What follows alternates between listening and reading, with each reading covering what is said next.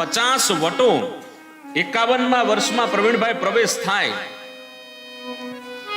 હે, પછી 51 થી લઈ અને 75 વર્ષ છે ને એ વાનપ્રસ્થનો સમયગાળો છે.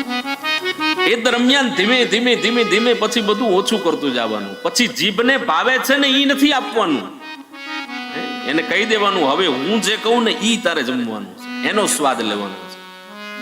કાનને જે સાંભળવું ગમતું હોય એ એને નહીં સંભળાવવાનું, એને કહેવાનું હાલ ભગવતીની કથા બેઠી છે, હવે એ સાંભળવાનું છે.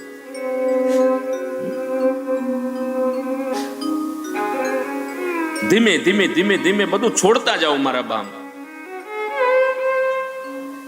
ચાવીઓના ચૂડા પછી બહુ કેડે ન રાખવા. વવાનું આવે ને પછી 50 પછી 75 વર્ષની ઉંમર સુધીમાં બધું સોંપી દેવું. પ્રેમથી આપી દેશો તો માન વધશે, બાકી એને લેતાય આવડે છે.